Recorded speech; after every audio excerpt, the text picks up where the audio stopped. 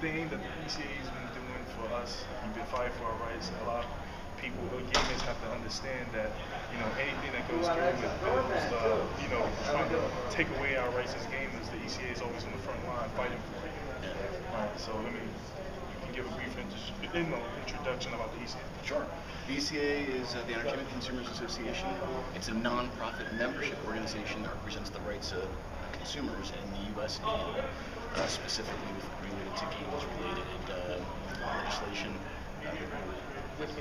Also other policy issues like gamers for health, net neutrality, universal broadband, piracy, all sorts of government affairs matters.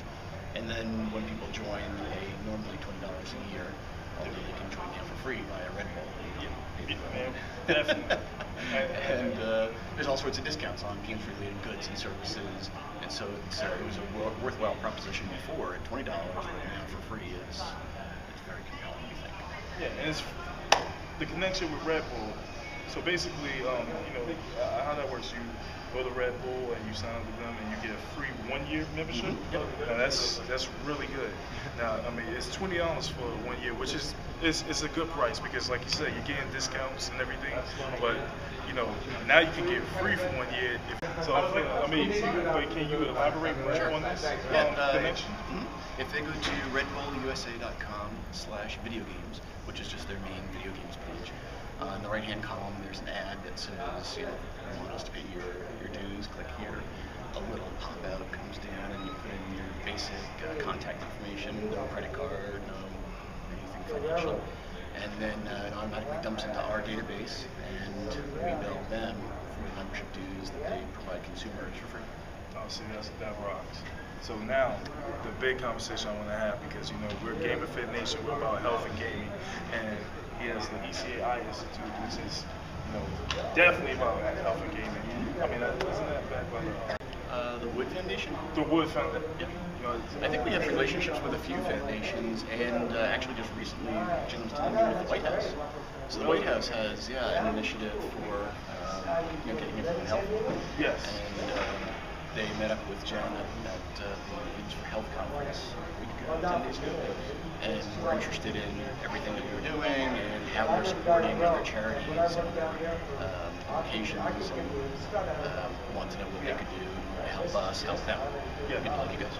And that's exactly it. So you're going to get to see Michelle Obama soon in person. That would be awesome. Yes, it would. Trust me, I totally understand that. All right. Yeah, I think that's one of her initiatives specifically, and I don't know where the relationship will go, but my hope is that we can get the word out about how gaming can be a part of an active healthy lifestyle, not just about weight loss or without it's a fad. It's more about just being part of a healthy lifestyle in general. Exactly, and it was, we're one of those outlets like that. So, I ask you guys to use us when you can because, we appreciate everything you do, especially because you're stepping out there and putting that on the table. Well, back at you.